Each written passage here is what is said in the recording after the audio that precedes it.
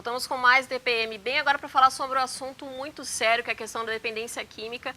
É com grande prazer que eu recebo aqui no estúdio a psicóloga especialista em dependência química, Cirlei Castilhos de Oliveira. Tudo bem? Tudo. Seja muito bem-vinda aqui ao programa. É um assunto muito sério, porque todo pai e toda mãe nunca acha que o seu filho vai ser um dependente químico. Isso mesmo.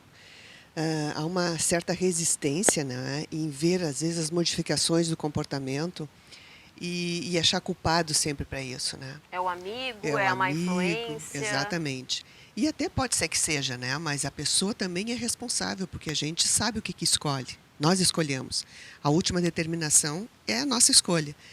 Porque ninguém põe droga, ninguém obriga ninguém a usar a droga. A pessoa escolhe, por curiosidade, né? Na adolescência, muito por curiosidade, por que os outros estão usando. Então, o adolescente ele está no grupo para ser aceito. Então, para ser aceito, ele participa das coisas que esse grupo está fazendo. Então, é muito fácil. E como tem fácil acesso, aí dificulta mais. E aí eu fico perguntando, agora há uma elaboração de leis e todo um convênio, situações para ser liberada, né, a maconha e depois da maconha, quem sabe outras drogas. E quanto mais fácil o acesso, mais pessoas vão estar usando. Aí as pessoas dizem, não, mas se for proibido, vão usar menos. Porque usam mais, aliás. Se for proibido, vão usar mais. Não. O proibido não é o que atrai. O proibido é a lei, né? Se seguir a lei, a gente fizer um cumprimento da lei, sempre será mais fácil. Com certeza. E como é que eu identifico um dependente químico? E é importante ressaltar também que quando a gente fala em dependência química, geralmente a gente sempre recorda das drogas ilícitas, né? Que é a maconha, a cocaína, e esquece muito da questão das drogas lícitas, que cada vez mais há o consumo delas, por exemplo, as anfetaminas, os remédios para emagrecer. A gente está em época de verão e a gente sabe que muitas mulheres consomem, muito mais do que os homens, esse tipo de droga. E se esquece muito de falar sobre essa questão que também é um vício e faz muito mal à saúde. Com certeza. Em geral, as pessoas começam usando drogas lícitas. Novamente, pelo fácil acesso. E depois passam para as ilícitas, não é? Lícitas por quê? Porque tem o fácil acesso. O medicamento, tem várias situações que a gente pode falar sobre isso, né? As drogas, os medicamentos, agora, para o verão, as mulheres buscam muito a questão da estética, né? De emagrecer. Se for perder peso rápido, perder peso, exatamente. Se for orientada, se fizer uma dieta orientada, indicada pelo médico, tudo bem. Mas começa assim, em geral começam assim, né? E depois vão em busca de conseguir o medicamento, exatamente, e se torna dependente, daí precisa daquele medicamento. E aí começam as coisas erradas.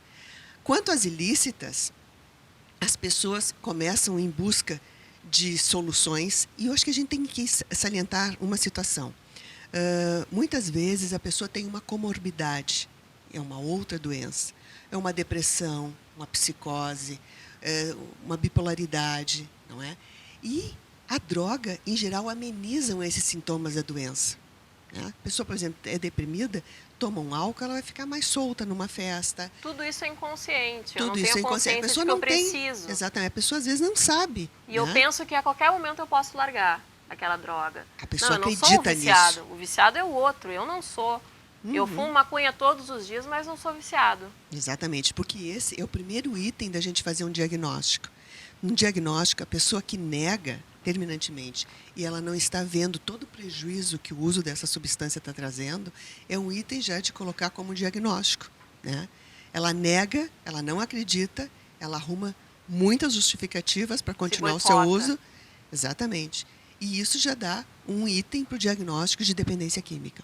Né? E como os pais que estão nos assistindo agora estão desconfiados de que algum filho seja dependente químico, podem fazer? Como eu posso tratar o meu filho ou a minha filha nessa questão? Vamos começar pelos indícios, né? O adolescente, sinais, isso. Eles começam a dar sinais. Por exemplo, a desmotivação para estudar, para trabalhar, caso tenha mais idade, não é? Um certo desleixo com a aparência. Porque às vezes o pai tá achando que o filho ali não tem atenção na aula. Poxa, meu filho não é inteligente, não estuda. Muitas vezes o problema é outro. Isso mesmo. Um desleixo com a aparência, troca o dia pela noite, né? Sai muito à noite. A questão dos amigos, muda os amigos, muda a linguagem, fica com uma linguagem mais agressiva. O comportamento também, irritado, insônia. Abre o apetite, por exemplo. A maconha dá muita fome, vontade de comer doces. A cocaína diminui o apetite. Isso emagrece. Emagrece. Então, há uma alteração quanto à inapetência. Outras situações. Passa a ficar mais agressivo em casa e busca muito dinheiro, né? Passa a exigir mais dinheiro.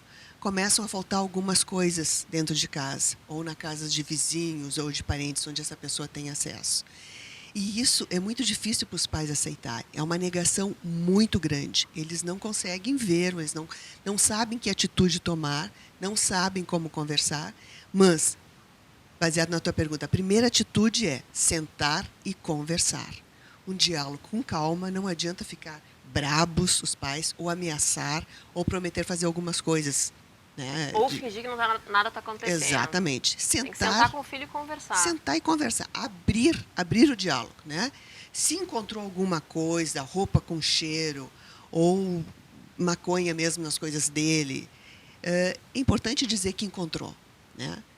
Dizer que está sabendo das coisas. E procurar abrir esse diálogo, porque no primeiro momento eles vão negar terminantemente. Aquilo não era meu, é de um amigo meu que eu guardei. E, em geral, essa é a primeira resposta que vem. Isso não é meu. É de um amigo que eu estou guardando para ele. Nem percebi que estava aqui. Nem eu não sabia.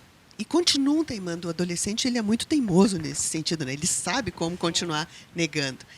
E propor a buscar algumas alternativas. Quem sabe buscar um profissional especializado na área, né, que tem um manejo melhor para como diminuir essa resistência da negação. E fazer um aconchego, né? Buscar afetivamente, vigiar. Existe uma certa vigilância. E o que eu recomendo, assim, uma mãe uma vez me deu uma dica muito legal. Os pais ficam sempre muito preocupados com o horário que chegam os filhos, né? Saem, vão para as baladas, chegam tarde. E ela tinha uma combinação com o filho. A hora que tu chegar, tu vem me dar um beijo, que eu quero ver se tu chegou bem.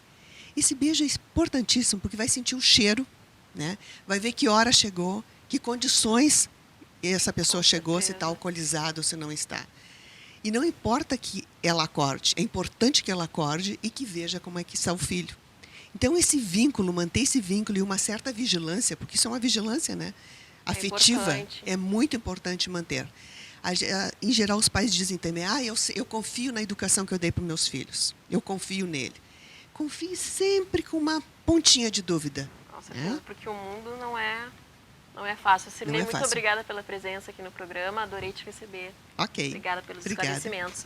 Bem, eu vou pedir mais uma música para a nossa dupla de irmãos aqui. O que vocês vão tocar agora pra gente? Vamos tocar 1000 Years. É com vocês.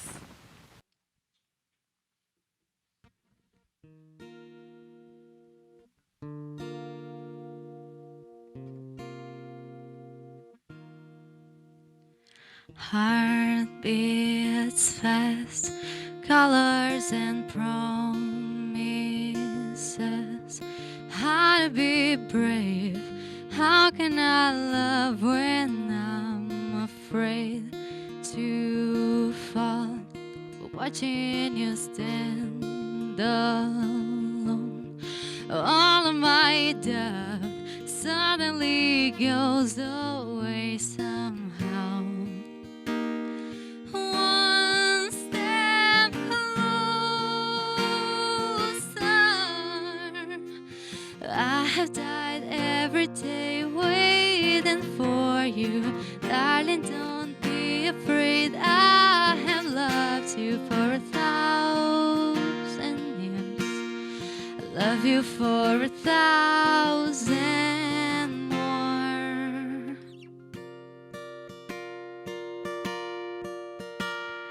Time stands still, beauty in all she is.